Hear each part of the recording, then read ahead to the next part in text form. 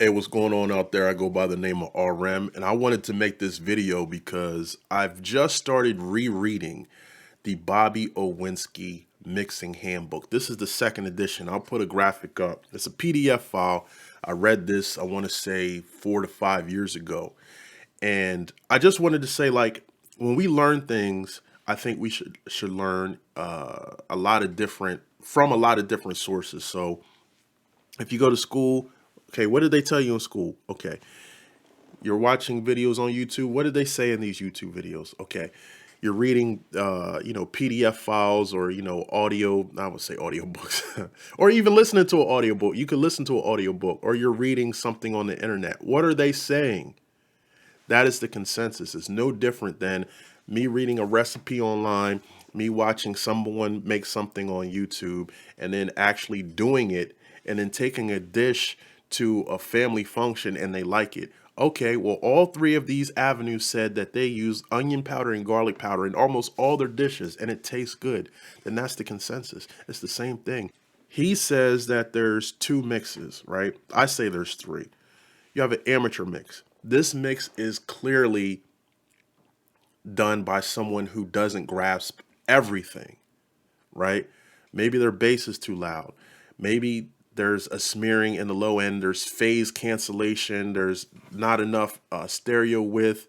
The perks are too high. The snare's too low. It's something that you can point out that there's something wrong with that. I still have amateur mixes to this day. Then there's days I have good mixes, and the good mixes are you really can't point anything out. You could say, okay, I could polish this up and make it better. That's what makes an expert mix, where you're just like, okay, there's nothing more I could do to this. But a good mix is this sounds good. It could use this, it could use that, but you don't have to put it on there. And I think reading this book, this PDF, will help out a lot of beginners. He goes into everything from the elements of a mix, and I'm going to end this real short, but I'll say what he said, and then I'll use an example, right? So he said there's elements in arranging your beat. You have a rhythm section, which is your kick. Well, I'd say your drums and your bass. So most people use 808. So your drums consist of what? Kick, snare, hi-hat. And then you have the bass, which is going to be a synth bass, a live bass, or an 808. That's one. That's the rhythm. You need a pad, a sustained sound, whether it's a chord progression or a string, just a droning string. You can have a counter melody, you can have a lead, and you can have fills. But what you don't want to do is use all of these at the same time. You interchange it. You add variety. He said three will do.